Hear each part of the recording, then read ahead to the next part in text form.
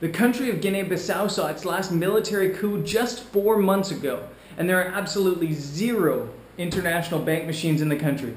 But if you think that's going to stop me from visiting Guinea Bissau, you're completely out of your mind. I have to say, it's really embarrassing going back to these old episodes from my original channel filmed 5 years ago. Not only is it in 720p, because that's all I could upload, but man, was I ever bad on camera, really awkward, and it kind of makes me worry that 5 years from now, I'm gonna look at these videos and think the same thing. So, a little bit embarrassing, but this is another episode of the Travel Diaries when I go back to like my original vlogging channel, which was started like 5 years ago as a daily vlog in Africa. I started with a vlog where I did my first ever travel vlog from Senegal, and then now this is Guinea Bissau.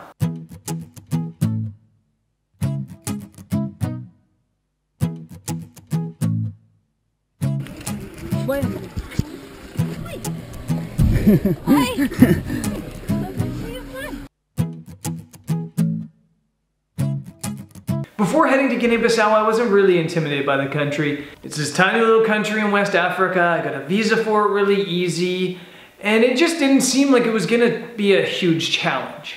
But then when I was reading in the guidebook, I found out there was a military coup 5 months before. There's no ATMs in the entire country, or at least back then there wasn't. And very few people would speak English or French. They speak like a Creole version of Portuguese, and eu falo pouquinho português, so I thought that I was gonna be okay. And I thought, how much harm can this tiny little West African country do me? Officially in Guinea Bissau. That's pretty easy.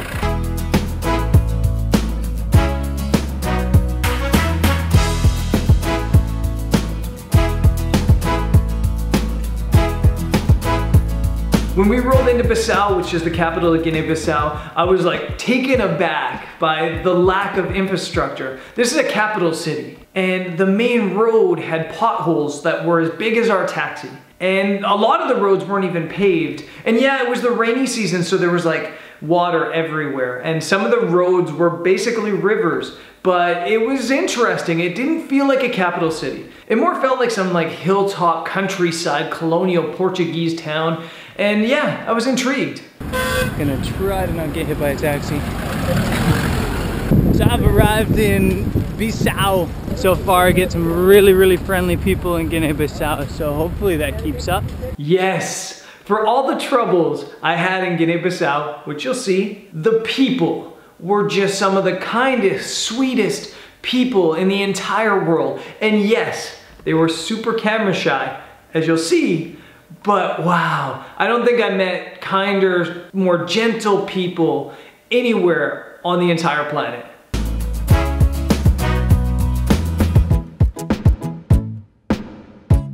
My goal in visiting Guinea Bissau though wasn't to hang out in the capital. I wanted to go check out this place called Ilha Bubaque. The guidebooks talk about it like it's a place that's just paradise. Beaches, forest, palm trees, cool lodges. But pretty quickly I found out it's not exactly easy to get there. So the rains have come in for the day, and I'm still trying to figure out how I'm gonna get to the islands tomorrow. I want to go to Bubaque. I think they're called Bubaque Islands tomorrow.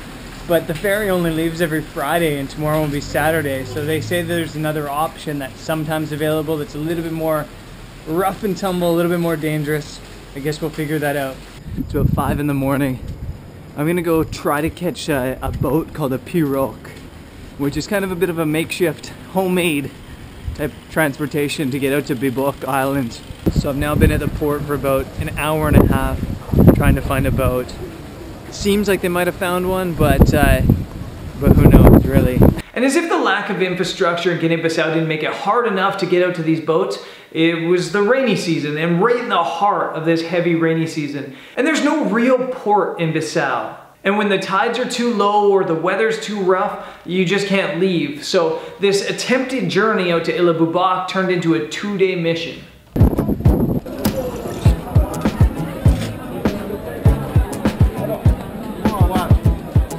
Now, I mentioned at the start of this video that the people in Guinea-Bissau were camera shy, and they were extremely camera shy.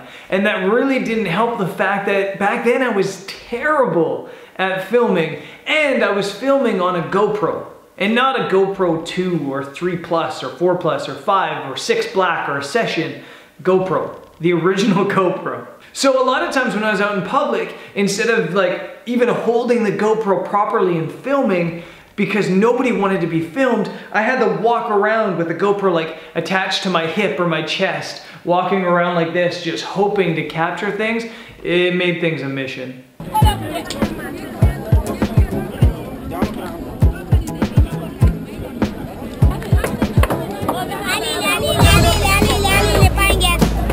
There was no boat that day though, so I went back to my hotel, and then the next day, well before sunrise, I headed back to the pier to make another attempt.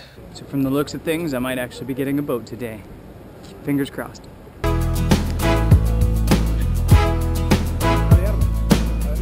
I'm definitely getting to the islands. It looks like I'm on a boat now. Well, I'm not on a boat now. I'm about to be on a boat. My bag's on the boat. I'm about to get on. Huh? All my stuff's on this boat. The little one with people on it. That's what I'm gonna take for the next 6 hours. This should be interesting. Interesting might not have been the best word choice. It was a challenge. It was a battle. I hitched a ride with some fishermen in a boat called a pirogue, and these pirogues are basically wooden canoes that had been carved out. And since I was with fishermen, the boat was just full of like bait and dead fish, and it stunk. And to make things worse, the rains kept coming in and out, and every time they did, we'd have to huddle under this tarp, and so you were trapped under there with the dead fish and the smell, and it was slow moving beyond that, and yeah, it was a battle.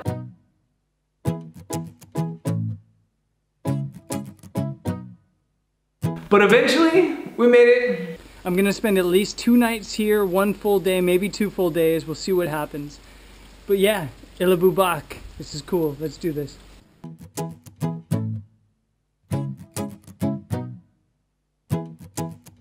Freeze the frame. Freeze the frame right here. Even back then when I didn't know how to film at all, I was already doing the selfie and walk. Classic.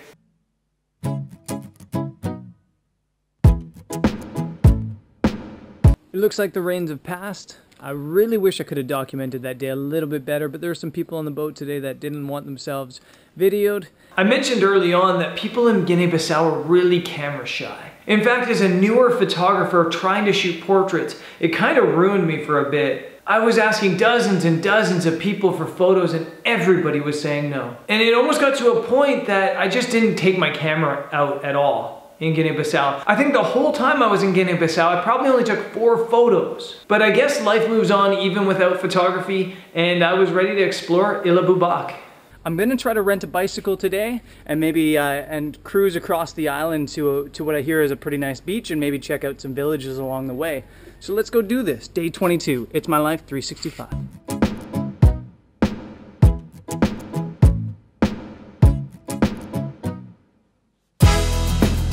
Since it's the rainy season, it's definitely a little bit harder to travel around the region. Basically, I only have a couple hours every day where there's sunlight and it's not pouring rain to do whatever it is I want to be doing. So it's a little bit of a challenge, to be honest. Yeah. The bike showed up, the rain stopped. I'm gonna try to get to this beach, which is about a 35-kilometer round trip on the bike. I'm gonna put the helmet mount, or I guess just the head mount on the GoPro, so I'll take you with me.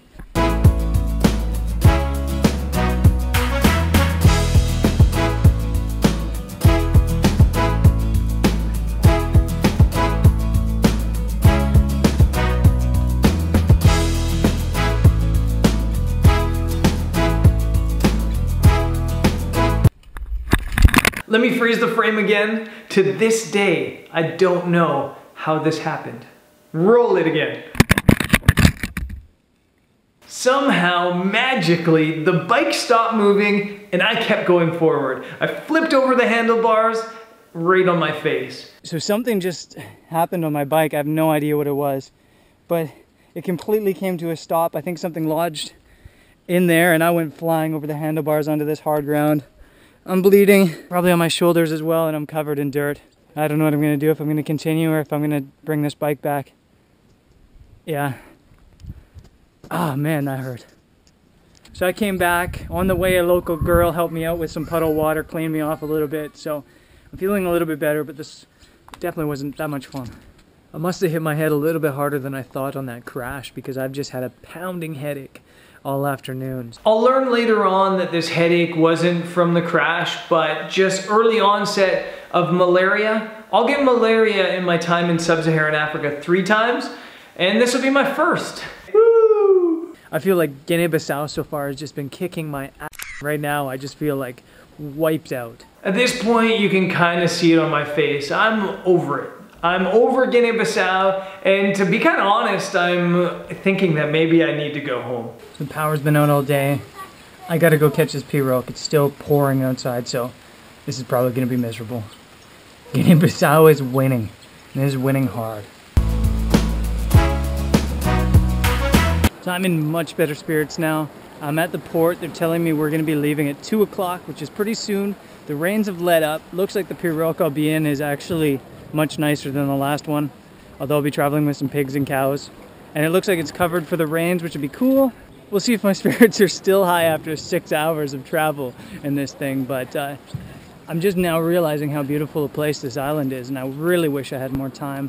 Really wish the rains would have held up, but yeah, let's get back to Bissau for now. Of course, as I was learning in Guinea-Bissau, it wouldn't go smoothly. Nothing goes smoothly, and the boat would get canceled for heavy rain, but I'd try again in the morning. So it might actually be a good thing that I didn't end up leaving. I went to lay down for a nap, and I just got hit by some serious fever.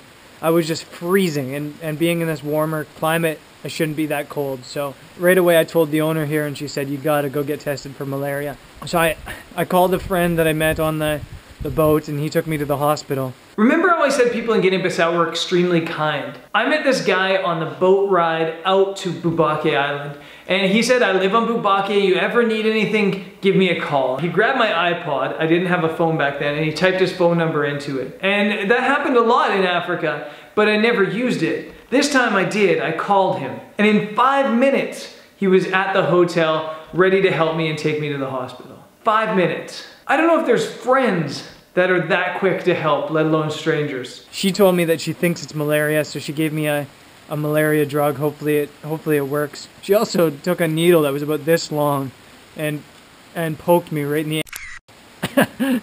Truth is, I probably should have brought the camera for that experience. You would have probably liked that. And at 5 a.m. the next day, suffering with malaria and stuffed full of drugs, I caught the boat back to the mainland.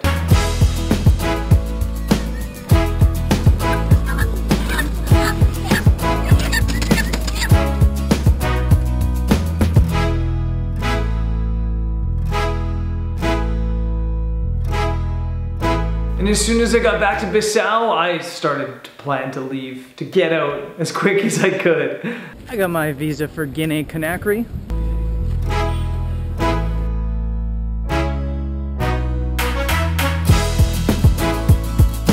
And then the following day, I left town. Wouldn't really be fitting to leave Bissau without a little bit of rain accompanying us.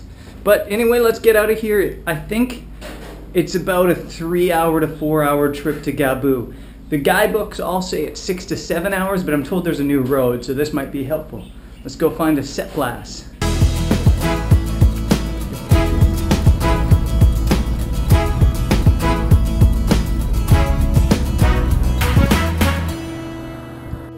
We're on the highway about an hour and we've got a flat tire.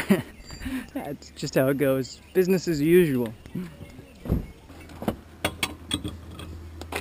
Now, I don't want to give you guys the wrong idea. Yes, Guinea-Bissau kicked my ass, but it maybe wasn't so much Guinea-Bissau. It was just bad luck.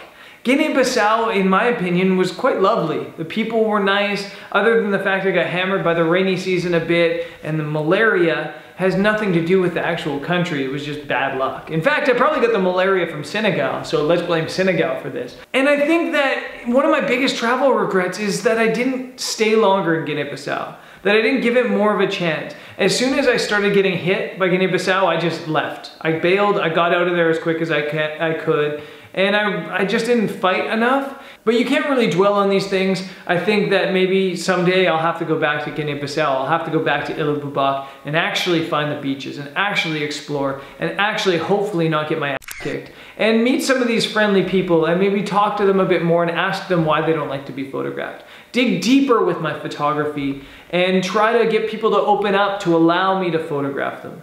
Back then, my strategy with trying to get photos from people was walking up to them, holding a camera and saying, "Can I take your picture?"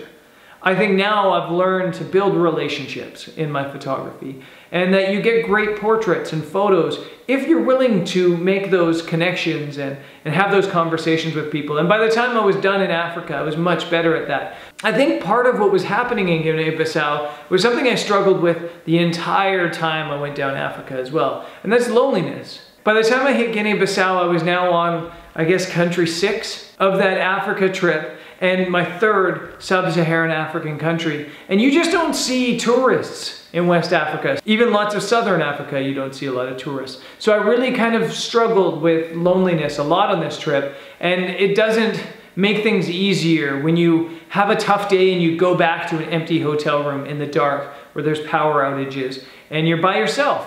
And that's kind of a theme of all the Africa trip, was this battle of loneliness and what I can film and how I can explore and how can I dig deeper and how can I find these places that are so off the beaten track but then still have that camaraderie that I love with other backpackers. And it'll be a theme, as you'll see on these videos throughout as I do the travel diaries. I'm planning on doing a travel diaries episode every month, and I'm just gonna carry on in order. So the next travel diaries episode will be from Guinea, and Guinea was crazy as well. Guinea was incredible, and it was kind of like a turning point in Africa for me, in that I started to get more comfortable, I started to understand how things worked, and I started to have a lot of fun. But it's a crazy country, and the highlights of the Guinea episode were hiking. I went and did some amazing hiking, did some cool waterfalls. It was stacks of cash, and I'll get to that in that episode. And it was also the fact that Guinea Bissau, at the time at least, it was illegal to take pictures. And not illegal to take pictures of government, people, or buildings, or police. It was illegal to take pictures, period. Spoiler, I took pictures anyway. Anyways, guys, that's another episode of the Travel Diaries. If you want to see this old Africa content that, yes, is terrible in its own form, but I still think it's kind of endearing because it's raw. If you want to see it, I have another old channel that I'm a little bit embarrassed to send you to called It's My Life 365. You're not allowed to laugh at the intros on the videos, but it's there for you guys to check out if you want to check it out. I'll put a link in the description, probably up here and in the end cards and stuff like that. So you can check it out if you want. In real time, I'm back in Phoenix, and tomorrow we've got a photographer's meetup. So that episode is coming tomorrow, vlog style again. I'll see you there. Peace.